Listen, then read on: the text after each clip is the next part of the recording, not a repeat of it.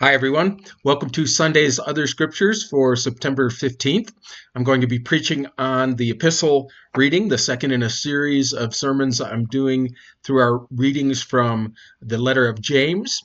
But I want to take you through the other readings first before commenting on it. The James reading is pretty straightforward. The others are not so much, at least the Old Testament and the Gospel reading.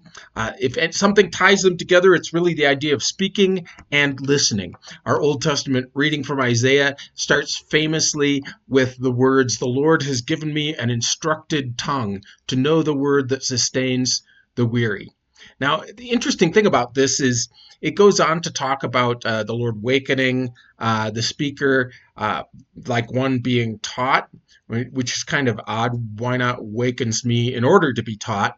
And then it talks, Isaiah speaks and says, I offered my back to those who beat me, my cheeks to those who pulled out my beard, which would be not only painful, but shaming in his culture, and how this abuse occurred, and yet the speaker was vindicated.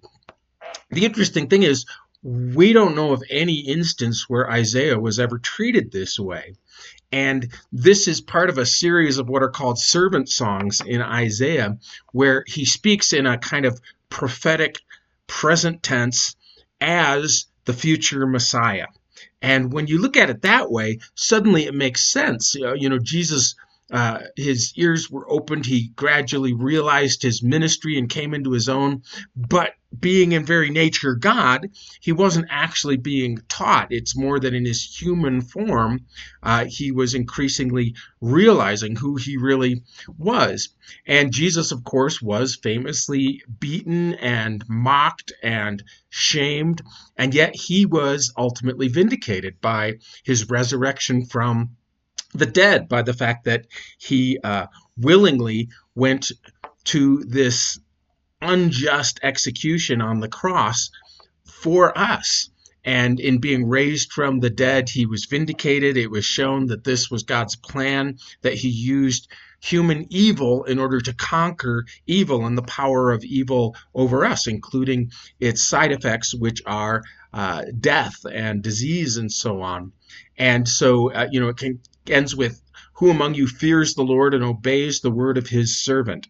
Clearly, Jesus is the perfect suffering servant of God. And so Isaiah, in these suffering servant passages, he speaks in the voice of the future Messiah. And it's very amazing and compelling. And Jesus actually takes some of these words on himself in speaking to people, for example, at the synagogue in Capernaum. So, a very interesting passage from Isaiah that we start with. Again, the idea of him speaking the word that sustains the weary. And we find that in Jesus' miracles and in his sensitivity to those that he heals.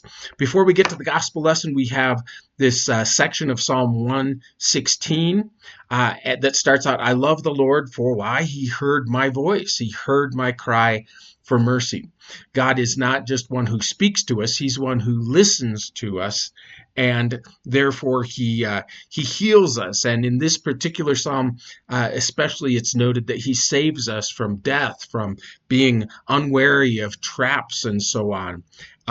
It ends with, "Lord, you have delivered me from death, my eyes from tears, my feet from stumbling, that I may walk before the Lord in the land of the living." Now, certainly, God doesn't always rescue us from the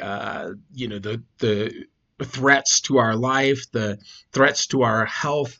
They are a side effect of sin, and even those that Jesus raised from the dead, like Lazarus, did die again. It was just a temporary thing, but he will ultimately vindicate us and raise our bodies and will ultimately rescue us. And when he does rescue us in this life, we respond with gratitude. Our gospel reading occurs right after the transfiguration. That is when Jesus took just 3 of his disciples up to the mount, and there Moses and Elijah appeared with Jesus, and Jesus' appearance was transfigured to reveal just a glimpse of his glory to his disciples ahead of his crucifixion. And what's interesting is that one of the Gospels says that when Jesus came down from the mountain, he set his face like flint towards Jerusalem. It's a very compelling image, someone who's so determined, and you can just see the hardness in their face. And of course, it echoes Isaiah. I've set my face like flint. So Jesus and his smaller group of disciples come down, and there the other disciples are, and they're arguing with the Pharisees because they haven't been able to heal a boy who is demon possessed. I actually have seen demon possession that resembled this very much when I was in Uganda on the event of a mass baptism that was going on. There were a couple of people, and this was in an area of witch doctors and strong occult activity. There were a couple people who the baptism seemed to make it impossible for the demons within them to stay hidden, and they needed to be prayed out. They needed to be exorcised. And in this event, Jesus comes down. His other disciples haven't been able to drive out these demons. We don't know what the argument with the Pharisees was. But what's particularly notable here is that Jesus expresses exasperation at the unbelief of the generation. And that's not just a slam at his disciples. Notice that the father of this boy says, if you can do anything, please. And Jesus says, if I can do anything? And he says, Lord, I believe. Help me in my unbelief, which I think is a very helpful and honest prayer. We believe, but sometimes our emotions and our actions don't catch up with what we believe in theory. And so Jesus sees that a crowd is gathering. He doesn't want to make a scene. That's not why he does miracles. And so out of compassion, he takes the boy away, and he drives out the deaf, mute spirit, and the boy is healed from this. And his disciples later ask him, why couldn't we drive this out? And Jesus says an interesting thing. He says, this kind can only come out through prayer.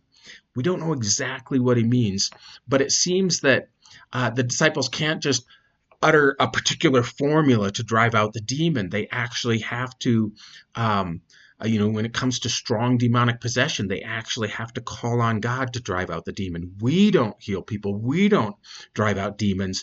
God does. And so we have to have a genuine appeal to God himself to drive out this demon. It has to be his will. We have to believe that he can do it. So that leads us to our epistle lesson. As I said, it's pretty straightforward. James starts out, not many of you should presume to be teachers, my brothers, because you know that we who teach will be judged more strictly. That's especially true if you teach theology. If you are a pastor, of course, we love to, and the media loves to focus on pastors that have morally failed, and sometimes on public school teachers, but particularly parochial schools. And that is the way that it should be, right? We represent God. We're not just teaching subject matter. We present ourselves as teaching people about the God of the universe. The center of Christian morality is God himself. So if we fail morally, or if we are saying things that are false, we have completely destroyed our credibility. And this is James' point in the images that he goes on about wildfires and salt water and fresh water coming from a spring. It's that if we don't tame our tongue, if we in fact say both true things about God and false things about other people or the conditions of the world, or if we speak the kindness of God, tell people that God loves them, and then say unloving things, we have completely destroyed our credibility. And that's what James is getting at. And that's what I hope to get at in the sermon. It's particularly timely because I know in my lifetime, the world of politics and also the world we live in on a daily basis has become less kind and less tame with regard to speech.